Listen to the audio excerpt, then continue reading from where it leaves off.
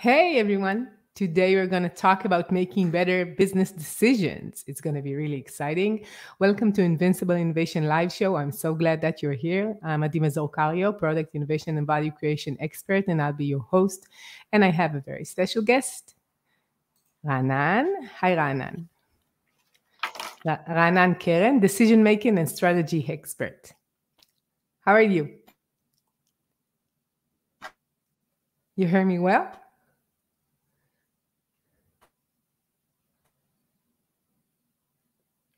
We have some technical issues, I see. Do you hear me well? So until I hear Raanan, I'll tell you we're live on LinkedIn, YouTube, and Facebook. And you're so invited to join the discussion and ask questions. And I hope that we'll see Raanan really soon. Like something with the connection is stuck. Hi. Hey, I'm back. I'm so glad that you're yes, here. Of course, the internet decided to crash immediately. Of course. I hope that the internet said it's like, that's what we said, and now you're going to work. So I'm so happy to see you here. We had a discussion a few weeks back, and I know it's going to be really interesting and exciting. And I'm going to start with a very big question about decision making. What's the biggest mistake leaders do while making decisions? Wow, this is a very tough question. I think one of the major issues, or one of the most important things for leaders is, I think it's to combine the rational thinking and their intuition. And I think what leaders tend to do is either they are highly intuitional and they just go for their intuition and make a decision from, from the guts. Or the other side, they are highly rational, which is most of, let's say, startups, high-tech leaders. And then they dwell on the decision too long sometimes. They need to think about it and over-rational it. And I think the big, and it's very hard to do, okay? And I think the biggest is how to combine it, how to do the rational thinking, have the reasoning, and understand everything that you do, while keeping your intuition in place and say, okay, if it feels good in the guts, then it should be the right decision. But it's so hard, even for me. I'm not like any company leader, just for myself. And when I think about it, it's like when you have a gut feeling, you don't want to rationalize it, because sometimes it's like I'm trying to think about something that I know that it's not for me, or it's not good for what I think. But if you're taking all the considerations, it makes sense. So it's very hard to have both, I guess. And I guess that most of them, it's much easier just to analyze and to think rationally and get the numbers and then decide. Yes. First of all, of course, you're right, and it's hard. And I think there are two solutions for that. The first solution is have the right people around you, have the right people to consult with, have the right people to talk to. If you are rationalization person, then have some intuitive person around you in your team, and appreciate their advice and discuss it with them. And the opposite, if you know you're a very gut feeling decision maker, again, have around you, I don't know, the CFO of the company, which usually takes this role, or other people around you that they will help you with those kind of decisions. I think that's the first thing. And the second thing is, and it's very, very important, it's to understand that if you make a decision that is, you were able to rationalize it, but you're not feeling good with it, it will be very, very hard for you to execute it. It will be very, very hard for you to convey the message to your people why you should execute it. So I think it should be a combination, and you should feel it in the gut. And if you don't feel in the gut it's the right thing to do, then it might not be the right thing to do. And I would say you have to remember that in the end, there is no right or correct answer for most business decisions we make. Okay, usually, the spectrum is wider. There are a lot of decisions you can make. you will never know it was the right decision, what was the wrong decision. So it has to be a combination of something you can explain to yourself rationally, but also you believe in. Yeah. I guess that managers, especially company leaders, they have to decide on a lot of things per day, right? They have lots Yeah. of decisions. Sometimes it's a bigger decision for a company, sometimes less, but they need to be fast, at least like to be a decision maker in a sense requires from you just to take that's more important, less important. Let's just cut this chase and do something. Yes. And I think it's like is it like a character or something that you learn to be a decision maker? There are many people. I have a friend that she never, like, it takes years until she decides what's to wear or what to buy in the mall, right? So you need to be this kind of a person who's doing that, right? Yes. First of all, it's a character. There are people who are there's a phenomenon called decision deterrence. Okay, there are a lot of people who don't like to make decision. They don't like the pressure. They don't like the feeling. They overthink of what will happen if I make this decision or that decision. So again, I think it's you have to know yourself. Now you get better with it. I can tell you that it's something you can practice. And as much you make, as many decisions that you will make, you will learn to make better decisions and probably faster decisions. Okay, because a lot of decisions are day-to-day decisions. A lot of the decisions we don't think about them, or we don't think too much about them, and it's okay. Okay, every leader makes sometimes 100 decisions per day. Some of them are very easy and very fast, and some of them he needs to think it through. Right. And one of the I think what makes a good leader is to understand which decisions could be very, very important, could have long-term implications that you have to think them through, and what decisions you don't have. Yeah. Is it like connected to where you live, to the country maybe? You know, like when I work with people from Europe, I feel like they have this phase like analysis paralysis. They always overthink. And when I work with Israelis, I always feel that they're like much more like doers than thinkers, or less strategy, more tactics. Yes. First of all, there is a cultural difference, and there are many personality differences, okay, between people generally. And if we look at it culturally, so again, we look at it a lot of more reflective people versus intuitive people. And generally, you can say about Israelis that they are more intuitive people. Okay, they will make a decision from the gut. They will say they believe in something, but they will sometimes not think it through. And if we go to Europe, then you will meet more reflective people. Okay, they will reflect more on their decision. They will want to think it through a little bit longer. And again, if you go to the Far East, you will see different types of decision making, different way of thinking of decision making. And I know that you are doing your PhD. We're going to talk about it really soon. Yes. But is there like any about decision making? Is there like any researching like there are better decision makers in Europe or in Israel? It's very, very hard to tell because I think, it's like the movie Revolving Doors. Once you make a decision, and so in many, many points in life, you will make a decision. Unless it will be a colossal failure, you will never know if that was the right decision or the wrong decision. Okay, you always hear about stories of missing like VCs talking about they invest in big investment they missed. Okay, we sat with the founders of Google and we decided it's not a good idea.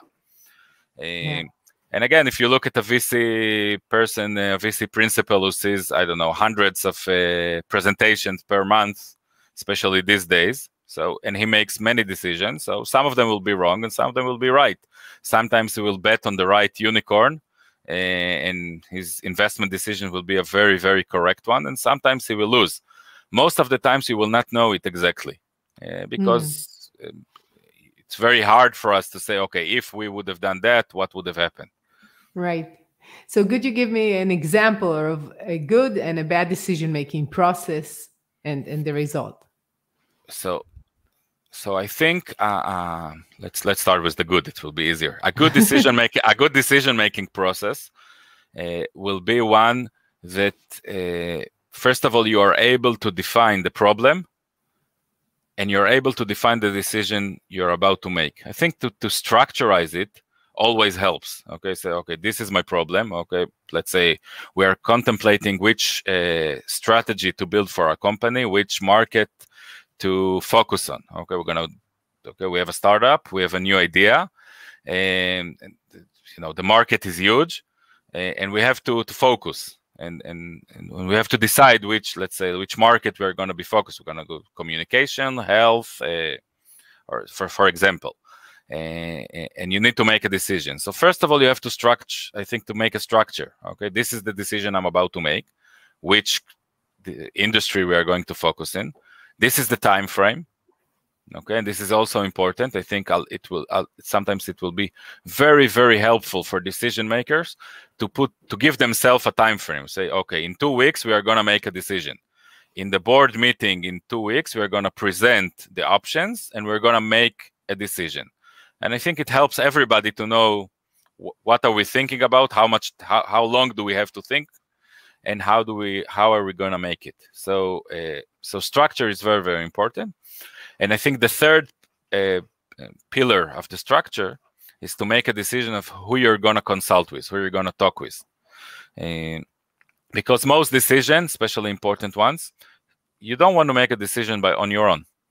Okay, generally, and the crowd wisdom is usually a right concept. So you don't have to consult with all the employees of the company or with all the people you know around you, but you have to decide which people from your team you're going to consult with and you're going to discuss with, and they're going to help you make the decision. So I think the good part or the important part is to give it a structure. And I think the bad part or bad decision making is that there are a lot of times that you already made a decision and then you just rationalize it. Okay, you just have to. Okay, you already decided what you're going to do. Maybe it's a right decision, maybe it's a wrong decision. I don't know. But if you've already decided and then you just do a process for the sake of the process and you're just rationalizing, you are losing a lot doing it. Okay. Yeah. You don't give yourself a true, and it's especially very, very important in terms of innovation. Okay. We'll talk about innovation probably. Yeah. If you want to innovate, then you have to come open-minded. It's very, very hard if you already made a decision. Yeah. Especially when there's risk involved. Because in innovation, you have risk, something that you've never done, and you don't know if you'll succeed in it. Sometimes you fail. You have more failure than success in innovation, right? Yes. Because it's a new thing. Yeah. And I think that many leaders and I would say like CEOs and C-level, they know the importance, but they tend not to decide something very, very small, which is not really innovative. And then because they're doing something very small, they would say, okay, it doesn't get us to any results because it's sometimes very long term, right? Yes, it didn't work. Okay, you don't give it a long enough. So first of all, decision making is about risk and it's about courage. And it's very hard, like you said, because especially with innovation, there is risk, there's a high level of risk, and you need to have the right leadership traits and the right courage to make those decisions. And I think that's a very important thing in decision making. And I think again, it goes back to the structure. If you're doing a right process, you should, as a leader, decide before that when you're treating with innovation, you will be more a risk taker than, let's say, risk averse.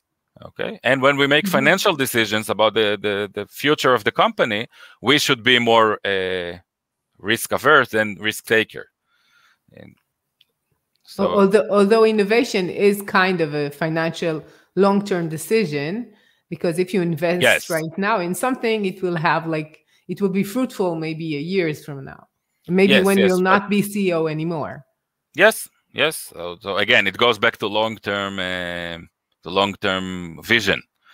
And again, in decision making, it's another hard thing to do, is to decide to how long do you see your decision making process. Okay, and for CEOs it's very, very hard, especially these days when everybody looks at your result on a month-to-month basis or a quarterly basis, and especially if you're already did your IPO, or so you're a public company, so every month people are looking at you, and every announcement to the stock exchange is important. So it's very, very hard. Yeah, you know what that reminds me when you say like a big company and a CEO. It reminds me the Mark Zuckerberg thing, that they found that there is bad implications of social media, of Instagram and so on teens, and Yes. they had an option to change the algorithm in order to make it less impactful in that sense. And he decided not to do it, and I guess it's related to the fact that he needs to show results by month, and this could impact the results, right? Yes. Again, it's you have Facebook is, we say cash cow. So Facebook is making a lot of cash right now, and it will be very hard for them to change, to make changes that might hurt them in the long term. And every public company faces it. If we talked about Facebook, then the opposite side, sometimes it's if you look at Amazon strategy for long term, they were losing money, or their profitability percentage was very, very low.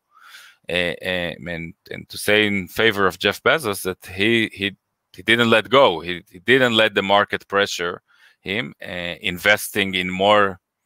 If we go 10 years ago, Amazon was an online shopping company. They were bleeding money over the cloud business, and Jeff Bezos said, "No, this is the future." And if you look now at their profitability, or where do they make money from, it's mainly from Amazon Web Services and AWS, and less from the shopping. Yeah.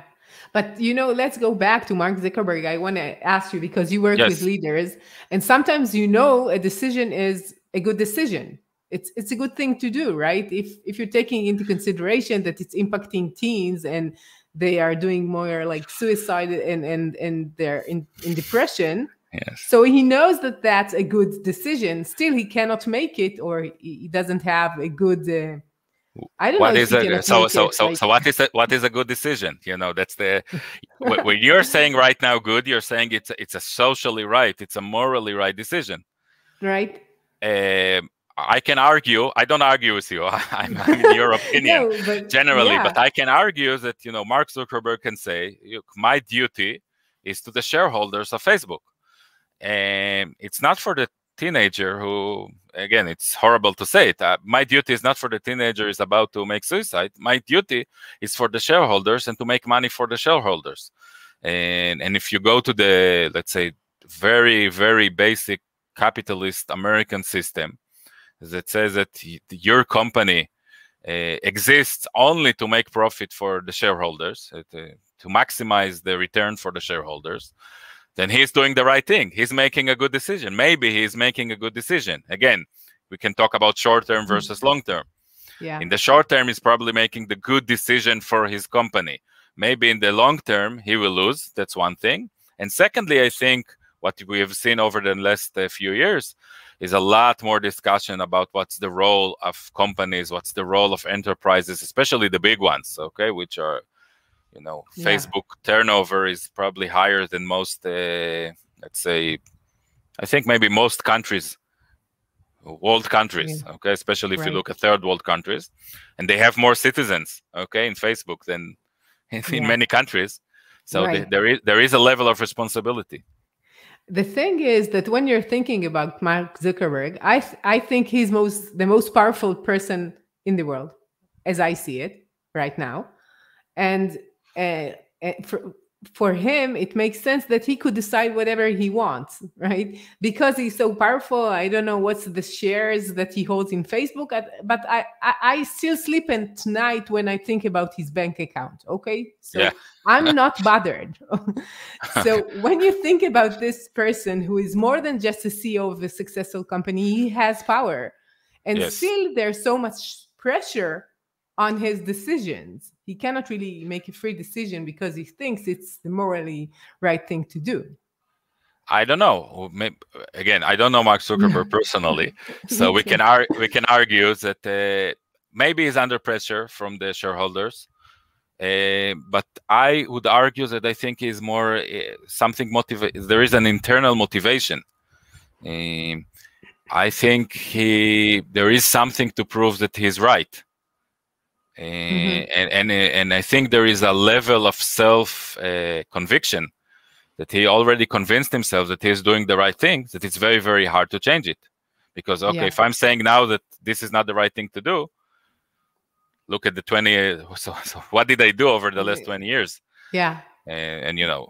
So is it something that you see in successful CEOs that they get to vain? Like, I know things because I was successful till now, and I don't need to explain my decisions. I just do the decisions that I feel that they are right, and that's it, because I've proven in the past that I'm a successful CEO. Yes, for 100% sure. Yes, there is a... Generally, when we look at it again in research, we're talking about people who are power primed, okay? As much as you have a feeling of power, okay? And we can give names of CEO and leaders. We can give names of politicians without going into politics, of people that they have convinced themselves that they are usually right. Sometimes they are correct, okay? Statistically, they are correct. So the feeling of power gives you more freedom, okay? You feel less inclined to consult with other people. And I think what happens along the way is that you stop learning. Okay, and if we will talk again, we go back to innovation. I think innovation is about learning. It's about analyzing your decisions, learning what you did wrong or what you could have done better, and it allows you to innovate. And I think there is a point, especially with leaders, and again, it goes back to the long term they are serving in a company sometimes, that you stop innovating and you stop learning because you got used to making a decision, and you feel very, very powerful. Yeah, I think it's related to the growth mindset of saying, like, I'm still growing. Although I could be very successful and smart, I could be even smarter. And there are things that I still need to learn. And being humble is something that you seldom see in a CEO. Maybe in Israel it's more prominent, I'm not sure, but they're not humble usually. Yeah, I'm not sure you can be humble. Okay, there is something about you need to be self-confident. You have to be, in a way, extrovert. And you have to portray something, especially if there is a big company and you have to sway your employees with you. You want to exhibit your leadership styles. Most of the time, you cannot be 100% humble. So, and I think but you still can be, and the growth, you can still have a growth mindset without being 100% humble. Again, I don't know. But if I'm looking for the side, I think Jeff Bezos is more in a growth mindset, in a learning than Mark Zuckerberg. Again, I don't know both of them, and I haven't worked with either companies. Maybe Elon Musk, if you look at Tesla, and especially his new project, the Boring Company, SpaceX, you see there is some passion for learning. And again, it goes back with, it corresponds with innovation, I think. Yeah, I totally agree. But he's not humble, okay? Elon Musk is not a humble person. No, he's not, for sure.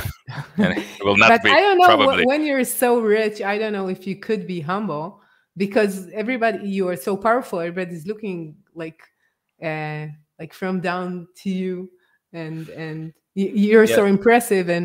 But I wanted to go back to your PhD. I know that you're studying a very special topic, and I know that you have lectures that you're doing, and one of them, I think, it's just don't do it. right? That's the Yes. name of the lecture. And you said that leaders are a bit reluctant to take this lecture, and because they want to do something and not think about it. So tell us more about that. Yes. So thank you, first of all. And yes, my PhD, it started from a self-experience. I was, again, 13 years ago, something like that, I was appointed as a CEO of, let's say, a mid-level Israeli company. And in my second day on the job, my chief marketing officer comes to my room and tells me, I've just got an announcement that our biggest and fiercer competitors are going to initiate an advertisement campaign next week. And like a very, very good CEO or assertive CEO in his second day of the job, I told her, okay, we have to do something. And I sent her to work with the advertisement, with the ad agency and our people, and told her, okay, tomorrow morning we're going to have a meeting and we're going to discuss what are we going to do. And of course, they came in the next morning and they came with a few alternatives, and we made a decision. And in the end, we end up, again, if I'm looking at backwards, we end up just spending money on something we shouldn't have done.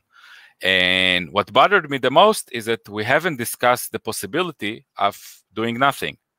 Yeah. And this is my PhD. This is what my PhD is about. Okay, is about when and why leaders don't even consider the possibility of doing nothing. And I'm not talking about choosing it. Most of the times, we should be active. We should be proactive. We should do things. We should promote things. We should innovate. We should take risks. This is the business world. But at least we have to consider doing nothing. I'll give you another example. For the last 2 years, we've had a small world crisis called COVID. I don't know if you've heard about. Yeah, I have to tell you a small story. When I just started with the show, it was in the beginning of COVID. And I always mentioned we're just in the middle of the COVID crisis, because if people hear it afterwards, and now I'm not saying anything, like, that's what we are. But my wife keeps telling me that every few months she said, okay, when will it end? And I said, okay, it will end soon. She said, you keep promising that it will end soon. So but if you look at how governments responded to the COVID crisis, then different governments made different decisions and took different paths to do it, and some were more successful and some were less successful. But there's only one country who made let's say a sound decision of doing nothing, which is Sweden. Okay, in Sweden there was a discussion, a government discussion, and they have decided that they're not going to fight against it. They did some protective measures, but generally they didn't do curfews, they didn't do lockdowns. There are the borders remained open most of the time, so they took different measures. And I was wondering how many countries have made have considered this option of doing nothing. And I think I know in Israel nobody talked about it. I know in many Israel, countries, no way. There was no discussion. And I think every country should have considered this option and discuss the implications. What will happen to the economy if we don't do it? What will happen to the people? What will be the mortality rate? Okay, and then make a decision. And my PhD is I'm working with two very, very smart professors in Tel Aviv University, and we're trying to show the phenomenon that people do not consider what we call the do nothing option. And since they don't consider it, sometimes they will make a less optimal decision. First, I have to tell you that for me, I always was like in the side of Sweden. I'm always for the underdog. And I until now, I really hope that they're right. I really hope. But I think it's connected to, if we're talking about culture and Western culture, it's like, just do it, Nike. Like we need to do something, and what we're gonna do, we're gonna fight, we're gonna be smarter, we're gonna win this. It's like everything needs to be like it's a competition. Everything is something that you need to fight over, and especially in Israel, which are very, very proactive people, very like, and I think it's connected. And tell me what you think. I think it's connected because we are very anxious. We're a post-traumatic country. This is how I see it, and Yeah. it's like we're so anxious. We have to do something in order to feel control, whatever. Yes. So first of all, yes, we are a very active country if we look at culturally. Okay, I could say not exactly the same, but let's say USA is also a very active country from different reasons. I think it comes from a different place. But yes, and again, I think it's in a way it's natural, because let's say you're a CEO of the company, and you now need to make a decision. Okay, what do I pay you for? I pay you to make decisions. I pay you to do things. I pay you to push things forward and not to do nothing. Now, my argument is that doing nothing, again, it's a zero-sum game in the end. So to make a decision to do nothing in one place means you will have more resources to do in another place. Okay, we're not talking about doing nothing. Okay, let's close the company. Let's file chapter 11 and go bankrupt. Okay, it's not that. And pay people just to sit there. Yes, exactly. It doesn't. Yeah, exactly. It doesn't work like that. But if now in a company we're deciding not to invest in, let's say, project X, it means we have more resources. It will mean we will have more money. It will mean we can turn the attention and the focus of our people to do other things. It means we'll have more time to innovate. It means a lot of things that if we decide to do nothing in some place, and it's a very, very hard decision to make. Okay, it's a very hard decision to make. First of all, to our, let's say, character, to look at ourselves, say, okay, we are going to do nothing. And it's also a very, very hard decision, and this is something I talk a lot about in my lectures, a very, very hard decision to convey to our employees, to our people. Okay, because what does it say about us as a company if we just doing nothing? Okay, if we are closing this project now, it's a very, very hard thing to say. Now, there are solutions. Okay, there are ways how to frame it correctly. There are ways how to let people understand how we use this, let's say, resources or time or efforts in other places. But again, it's not easy for leaders to make a decision to do nothing. Yeah, I think I see it a lot with startups, that they need to know when to say no, because each client is a potential, and you need to decide what is a good potential and what is not. And because you have very scarce resources, and you want to have more clients, and you want to be more successful and have more money, sometimes you make a decision of, we're going to do this and this and this and all the types of clients, and we're going to develop everything that they're asking us, instead of seeing it strategically. Do you see that too? Yeah, for sure. First of all, now there is a lot of talk. People are talking about FOMO, fear of missing out. So in social networks and everywhere. So I think it also happens. It happens a lot with entrepreneurs, because especially when you're in the beginning, then you have a lot of opportunities. You don't know which one will succeed. It's very, very, very hard to say no. And the fear of, okay, what happens if I just missed my opportunity to be the next Google or to be the next Facebook? So again, I feel it a lot. I'm working with a few entrepreneurs, and a lot of my role is to ask them, okay, what will happen if you don't do it? Okay, sometimes we do the role playing and tell them, okay, you will explain to me why you should do it, and I will argue with you why you shouldn't do it. And again, we will find that. And again, I think that in a lot of if I'm looking at globally, most times you will make a decision to do something. Okay, maybe 95% of the time you will make a decision to do nothing. But if you will consider the option of not doing, and you will understand why you're considering it, or what are the reasons, even your action decision, what to do, will be a better decision. Okay, you will make a more refined and more holistic, let's say, a more full decision, if you will consider the option of not doing. Yeah. So if we're going back to the COVID crisis, how is it affecting decision making? How do you see business leaders changing the way that they do decisions, or what's the common mistake with decision making during this crisis? I think what we've seen, and it was very, very interesting, is and you talked about growth mindset. So I think what you've seen is how important is the leader's mindset. There are leaders who understood immediately, okay, there is risk, but it's also an opportunity, and let's now take it and think about how we can make it as an opportunity. And if you look at other companies, you've seen leaders that they are just, okay, this is just the risk, this is just how we're going to suffer from it, okay, how it's going to be bad, and they were just bracing themselves, okay, so they prepared the company, and it was very, very nice to see it in a lot of aspects, how some leaders were very afraid of work from home, and some leaders embrace it very, very fast and say, okay, let's utilize it, let's make what best from it, and let's allow people to work from home, because there are good things about it, there are bad things about it, but yeah, this is the situation. So, and how do we make it into an opportunity? So I think smart leaders were able to make fast decisions, forward-looking, say, okay, it will end at some point. Okay, we're in the middle of COVID, like you said. middle. Yeah.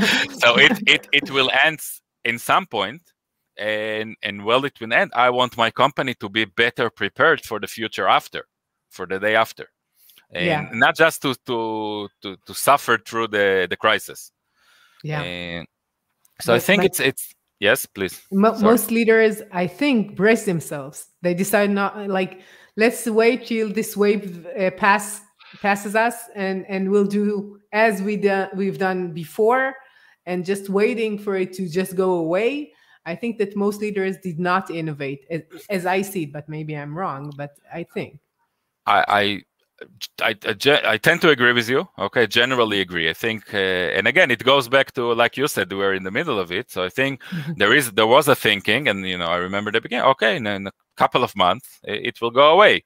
We don't know how, but it will go away. Hopefully, and or once the vaccines come in, so it will go away. Now, generally, things don't go away. Okay. It goes with crises in company, different crises, political crises. It doesn't evaporate. It fades out. It gets better. We're getting better accustomed to that. But usually things don't go away. Okay, it's not today. It's like that. Tomorrow it doesn't exist. Okay, this is when children play hide and seek. Now I'm here, now I'm not. But in real life or in business, okay, again, if companies have problems, they don't go away. Right. I think, and I can understand leaders that in the first couple of months were mainly bracing themselves. I think companies that were able, or leaders that were able, after 2-3 months, say, okay, we were bracing ourselves, but it doesn't go away. Now let's start pushing forward. I think we're starting to see results of some companies that did it. And in some places, we don't see it. And I agree with you. Yeah, I see what you're saying. Yes. So we're almost done, and I have only one question from many others. Please. So that was fast. it is. Yeah. What's your number one tip for innovation leaders, or for leaders? Wow. You have a lot of tough questions today. That's why I called you. I don't know the answer. I don't know as well. That's the nice thing about it is that nobody knows. So I think, and I talked about it in the beginning, I think leaders should trust their intuition more than they think they should. And if we look at research over the last few years, and there's a lot of very interesting research in the academy about intuition and the role of intuition, and how sometimes correct intuition is. Okay. So I think leaders should trust more their intuition. Yeah. And it's very, very hard. I worked with a company a few weeks ago, I remember, and they did what I hate the most, and it's called brainstorming. I hate brainstorming. Yes, brainstorming. We take 10 people, we sit them in the room and say, okay, now we have to think about new ideas, how to do that and that. and then people brainstorm. Now I think it's very, very artificial. And what happens is that the first two ideas are good, and then people just invent ideas that they don't believe in, and they don't think they are feasible, just to say that we did a brainstorming. And what research also shows us in the last, what we learned in the last few years, is that usually your first or second ideas are the best. Really? And yes, because it comes from your intuition, you probably believe in it. And if you're long enough, you have a good experience, you're long enough in a business, you already feel it, then generally you will be right. And the right thing to do would be to take your intuition, your first or second ideas, and to develop them, think them through, rationalize them, understand them. Now, maybe you will find out when you think about them that it was bullshit. Okay, it doesn't work. It's not a good idea. Okay, go back to the drawing board and rethink it. But usually it will be the right decision. So if I have to give leaders, and mainly the rational leaders, and I'm a super rational person, over-rational, I can tell you. So my advice would be, go with your gut, go with your intuition more than you think that you should. It will usually prove itself. But it reminds me of, like, first the change in what we expect from leaders to be. In the past it was more like hierarchical, now it's more flat. Now they need to have like a good connection with people, more soft skills, and intuition is a more soft skill than any other decision-making tool. And I feel that intuition is very hard to trust for leaders because it's more spiritual, maybe, I don't know how to call it, but it's not as structured. Right? It doesn't have like all the numbers and then it sums up to the bottom line. And I think it's really hard to learn it, right? Yeah, I'm not sure it's hard to learn it. Most people have it, and again, there are people who are more intuitive or their intuition is better. But I think, again, if you're a leader and if you're running or making decisions for a few years, you already learned a little bit more about yourself. But I think it goes back that if you're more rational and you trust the numbers and you go with the numbers, it goes back to, first of all, to feel more confident with your decision, which is okay. And it goes back that a lot of our decisions in our life, we're doing this decision mainly to minimize the regret we will feel if it will be the wrong decision. And again, go to our personal life, we do it all the time. Sure. Now, it's not a wrong mechanism because it's, people do it. We do it all the time. But as a leader of the company, you should be able, again, in the long term, to eliminate it. Okay. And you don't have, you must not make decision in order not to regret them. Okay. Because then you live to regret them, probably. That's hard. So it's a double-edged sword. But I guess it's related, like to the way you manage things in general. And I feel that intuition is part of a movement for people in general to be less rational or not only cognitive, and to use the heart and the guts and to use all that you have as a person. And you see that leaders they need to learn it more than in the past, I guess. And we're talking about the HR capabilities, we're talking about the connections, we're talking about the way that you're really managing people and motivating them.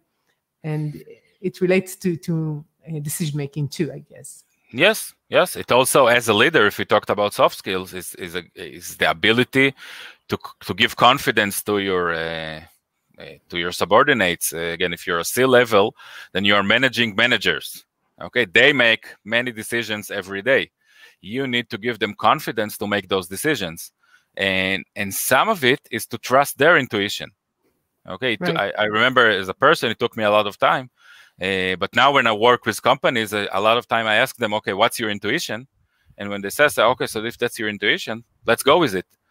And sometimes they look at you shocked. Okay, what do you mean? I said, no, if that's your intuition, let's go with it. Now, again, if we need to look at the numbers to make sure the numbers doesn't show that we are 100% wrong, that's okay. But, numbers, especially if we talk about innovation or risk-taking the long term, you make the numbers. Okay, it's not the valuation, what we expect it to be. It's an assumption. Anyhow, it's an assumption.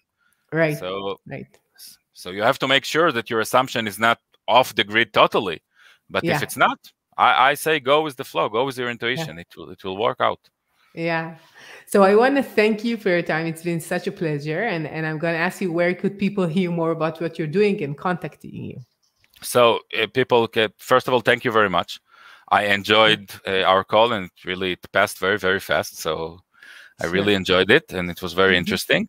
If people want to reach me out, so you can do it either through LinkedIn, just look for Raanan Keren in LinkedIn and you will find me, or to my website, www.raanankeren.com.